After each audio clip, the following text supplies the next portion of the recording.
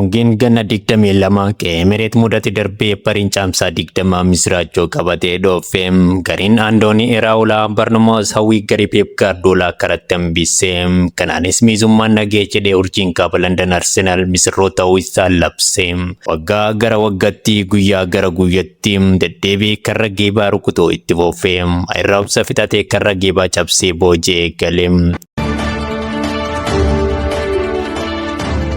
Trust the process adeemsi Michael Arteta firiilatee dhamaatii waggoota booda zaggaan arsiin Premier League England injifatee otoo abdiin hin jirre taa'ee ajaa'idhaan ra'uun hin jiru akkuma karayyoon saba artist Haacaaluu Hundeessaa jedhee diinsuun dhugoomee Arsenaal barana kee Englanditti mootame ashamaa harka fuune hordoftoota keenya jaalatamu hodduutti banaa karaa chaanala YouTube Milkoo Entertainmentiin isin bira ga'uudhaan dhiyaadha.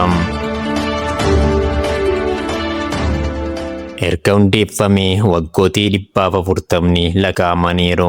Kilabni kun bu'aa ba'iilee hedduu keessa ce'e. Kilaba jaallattoota ispoortii hedduu horate ta'e. Kanaanis maqaan isaa golee addunyaa keessa naanna'e. Zaggaan Arsii maqaa masoo jedhamuun beekama. Bara 1886 hojjettoota warshaa meeshaa waraanaa Woolwich keessa hojjetaniin hundeeffame. Maqaa adda Alisgir jedhamuun imala isaa eegale. Achiis wal duraa duubaan moggaasa maqaa Royal Arsenal fi Woolwich Arsenal jedhu argate maayirra gara Highburytti teessoo isaa jijjiire qubsuma isaa kaaba London taasifate. Bara 1925tti leenjisaa isaa Herbert Chapman jalatti taaktika haaraa qabatee dhufuun leegii Ingilandi weerare. Kanaanis hooggansaa The Greatest Visionary Leader Chapmanin galmee seenaa irratti maqaa isaa katabuu eegale. Leenjisaa gameessa kana jalatti waancaawwan liigii England FA Cup injifate. Imalli chaampiyoonummaa Arsenaal asii eegale. Marree sana booda Arsenaal raajii dalaguu itti fufee ajab deeggartoota isaa jechisiise. Keessumayyuu bara leenjisaa Arseen Wenger injifannoon Arsenaal gonfate The Invincibles hin dagatamu. Haa ta'u malee The Invincibles booda hariiroon geebaa fi Arsenaal gidduu ture laaffachaa dhufuun jaallattoota kilabichaa muufachiise. Deeggartoota Arsenaal keessa artist Haacaaluu Hundeessaa haala Arsenaal irra jiru ilaalchisuun gaaffii yoo dhiyaatuuf abdiin akka jiru ibsee maarree abdii fi hawwiin haceen zaggaan arsiif qabaachaa ture. Leenjisaa Michael Arteta jalatti turtii waggoota 22 booda dhugoome. Otoo abdiin hin jirre ta'e waancaa dharra'uun hin jiru akkuma qallayyoon ilma Hundeessaa boonsaa jedhee har'a Arsenaal piroojeektii Michael Arteta Trust the Process jalatti milkaa'e. Kanaanis Arsenaal miizummaa didee misirroota deeggartoota boqoon cabii mataa ol qabachiise warra isa tuffatan kaanesse. Trust the Process adeemsatti amanaan Arteetaan firiilatee warra isa qeeqan boqoo cabsee dhugaa akka baaniif dirqisiise.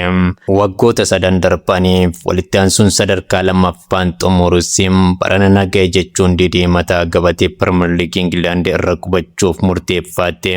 Maarree gariin Michael Arteta karra eegaa cimaa isaa addaa firraayyaa utubaawwan sarragteessaan Gabriel Magalhaes, William Saliba, Jurriel Timber, Pero Encapeef kan taphattoota dogoggoruu sarara gidduu Declan Rice, Martin Odegaard, Zubimendi Barisic dabalatee motoroota sarara fuulduraa Bukayo Saka, Leandro Trossard, Victor Gyökeres, Max Doman, Kai Havertz fi kan waliin kiyyoo kilaboota faallaa cabsee jabina isaa dirree Awuroopaatti agarsiise.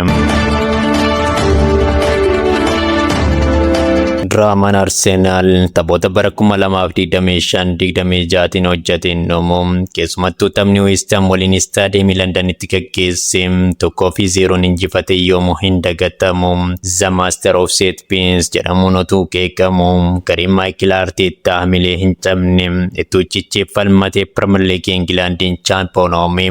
The Master of Set Pieces zaggaan arsiin madfiin kaaba London kanaan hin dhaabbanne waancaa Champions League Awurooppaanis fiitera gahem sanbata xiqqaa caamsaa 30 bara 2026 tapha xumuraan Hangarii Budaapestitti garee Luis Enrique leenjoo PSG beellame.